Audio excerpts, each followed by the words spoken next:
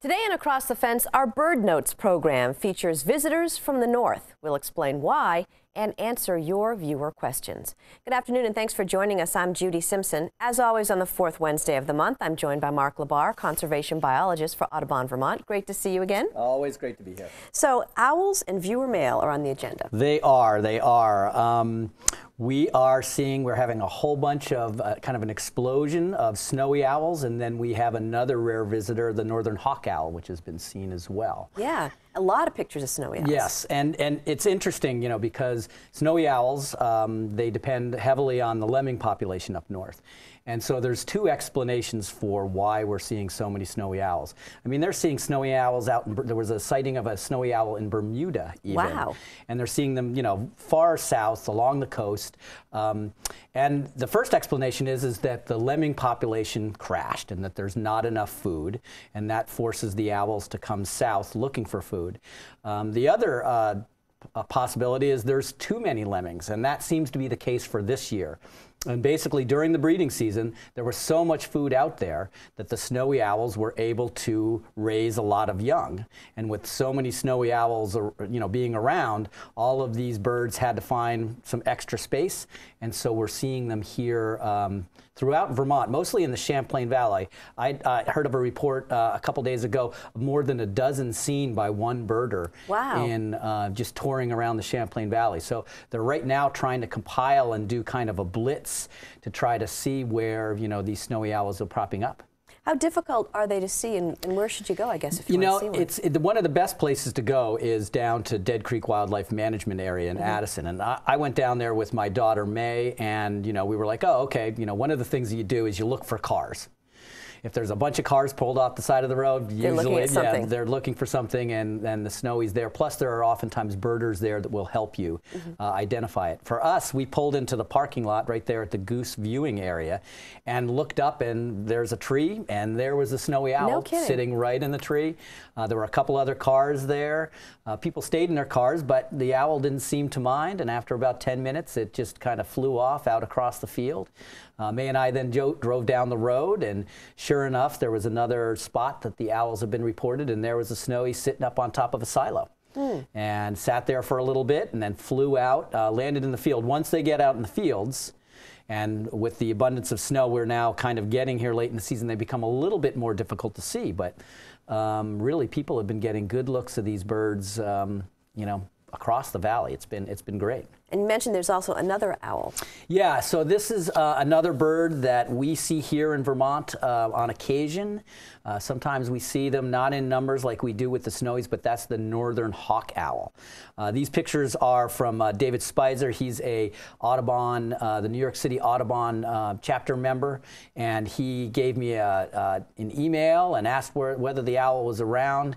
And again, right in Waterbury off Route 100, the owl's been seen flying around a field. There's only one. These are shots that he took. Wow. And it's a pretty impressive bird. It does have that longer tail and again that hawk-like appearance, which gives it its name. So this has been a bird. It's even caused some problems.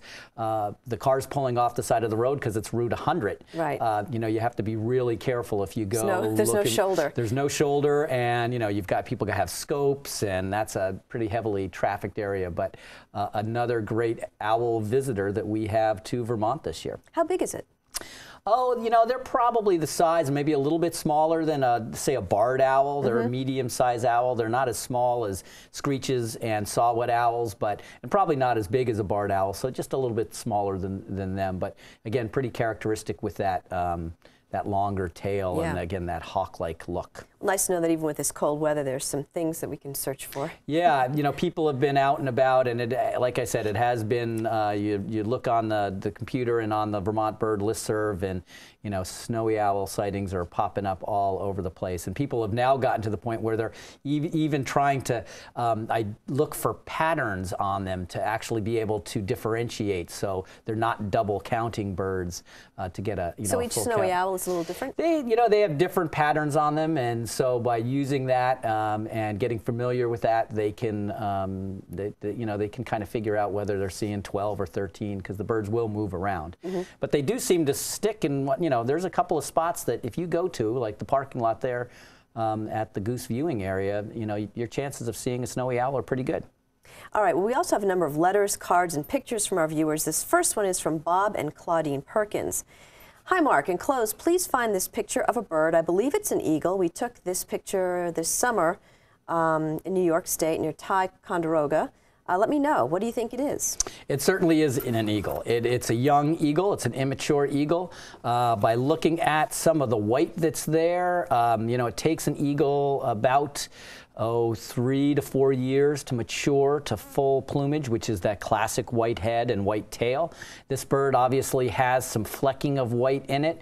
So, you know, it may be, you know, a year old, 2 years old. It's a younger bird. As they get closer to that 3 and 4 year stage, you know, you'll start to see more white on them. But boy, that beak and those talons. Yes, and that's a big bird to be sitting on your roof. Hard to miss. I have a question here from Joan Barcelou of Plainfield. She said, this bird, 2 of them, are building a nest, can't find out what they are. They are really loud. Can you help me? Okay, and this is a picture, and you can see this is looks like a house wren to me. Mm-hmm. There are Carolina wrens that are out there too, but they tend to have a whiter stripe across the eye. But this is a common bird that you would see you know, in using nest boxes. They're often, if you set a nest box up, they'll come around and they'll visit and they'll set up shop in that nest box. So that would be my take on what she has. And they can be loud, and they can go on and on. They're very vocal. They're very vocal, and they'll keep singing all day long. All right. Well, here's a question from Paul Minch of Colchester. Can you identify this bird in my feeder? And he also says, P.S. I like your showing across the fence. Wish it were on more often. This is a Rosebreasted Grosbeak, and this is, you know, this bird is not that classic adult male that you see with the red breast and, you know, all of that, but it still has the markings of a Rosebreasted Grosbeak, and they're a pretty common feeder bird. They'll come in if there's a pair around and so on and so forth. So that one's, you know, a good one to have, and, you know, there are other grosbeaks. In fact, I think if we get to that letter, we have some pictures of some other ones as well. Okay. Here's a letter and a picture from Karen McGulligan of Rutland. Sometimes I get those, the names are tough. And she says, Dear Mark, I had 2 birdhouses in the yard. Only house sparrows find the new homes. That's always a tough one when you got house sparrows. I added 2 more and was excited when a wren came. She made a nest and called and called. I never saw 2, and she finally left. This house was abandoned.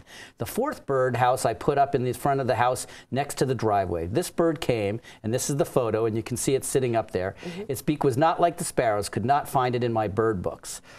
This is again another house wren, and more than likely, she mentions here that that first bird came and sang, and it was a female.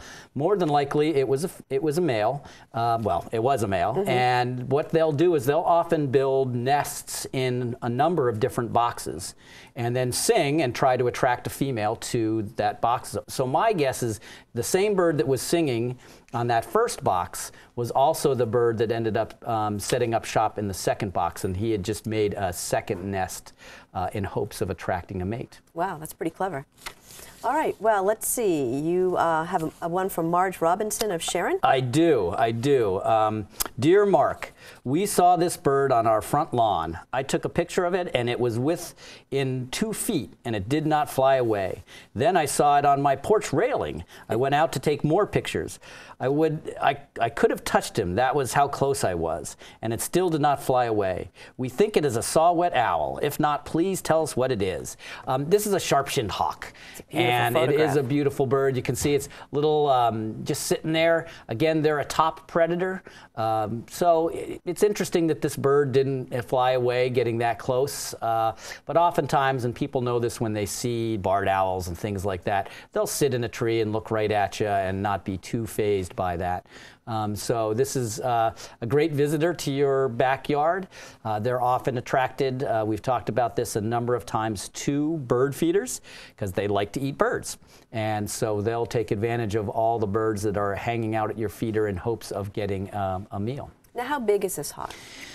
You know, this is probably a little bit bigger than, you know, somewhere between a jay and a crow size. Okay. It's in that range. It's an accipiter. Smallish. Yeah, it's a smaller hawk. It's an accipiter, so it has a longer tail and short, stubby wings, which allow it to navigate through woods. So it's a woodland hawk, as opposed to, say, a red-tailed hawk, which is a buteo, which has big, fat wings and a short tail, and that's the bird, you know, the hawk that you often see in gliding over and by the interstate. Yes, exactly.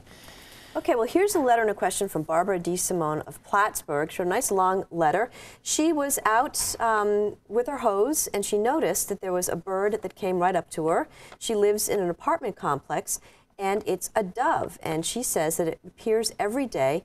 She calls the dove he, she, because she doesn't know whether it's a male or a female, but it's very tame, and it visits with her. Yeah, this is an interesting shot. You know, sometimes you'll have that. It is a mourning dove, and for whatever reason, it doesn't seem to be, you know, too fazed by her. Sometimes folks, you know, I know in the Adirondacks, you can put bird seed on your hand, and the chickadees will come in and feed off of your hand. This is kind of interesting. One thing that I do, you know, you want to caution. Sometimes a bird like this may also be ill, and they're a little disoriented. So, you know, as much as you might want to help it and feed it, that's great, but you might want to still give it a little bit of distance. But I don't think any harm came of this, and she seemed to have gotten a friend. Wash your hands. Wash your hands. That's true. That's true. I have a question here.